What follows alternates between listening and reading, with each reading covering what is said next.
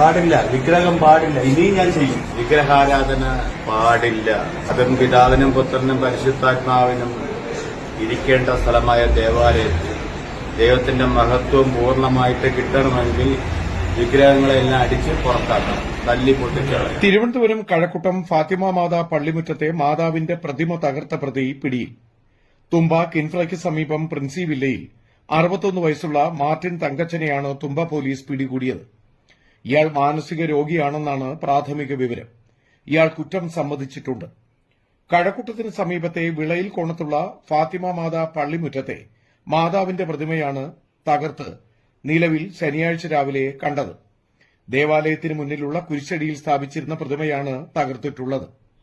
രാവിലെ നടക്കാനിറങ്ങിയ പള്ളി വികാരിയാണ് പ്രതിമ തകർത്ത നിലയിൽ കണ്ടത്. ഉടൻ തന്നെ പോലീസിൽ വിവരമറിയിക്കുകയായിരുന്നു. ആദ്യം സാമൂഹ്യ വിരുദ്ധരാണ് ഇതിന് പിന്നിലെന്നാണ് കരുതിയിരുന്നത്. എന്നാൽ പിന്നീട് സിസിടിവി കേന്ദ്രീകരിച്ചുള്ള അന്വേഷണത്തിൽ നിന്ന് പ്രതിയെ തിരിച്ചറിയുകയായിരുന്നു. ഇന്നലെ രാത്രി ഫാത്തിമ മാതാ ചർച്ചിലെത്തി പ്രാർത്ഥിച്ച ശേഷമാണ് ഇയാൾ പ്രതിമ ദൂരേക്ക് വലിച്ചെറിഞ്ഞത്. ഇതിനുശേഷം വലിയ വേളിയിലെത്തി നാട്ടുകാരെയും മറ്റും തെറി വിളിച്ചിരുന്നു.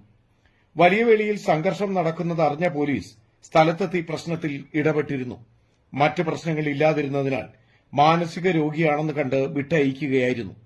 തുടർന്ന് ശനിയാഴ്ച രാവിലെ സിസിടിവി കേന്ദ്രീകരിച്ച് നടത്തിയ പരിശോധനയിലാണ് പ്രതി മാർട്ടിനാണെന്ന് തിരിച്ചറിഞ്ഞത്. പ്രസ് ക്ലബ് വാർത്ത, കഴക്കൂട്ടം.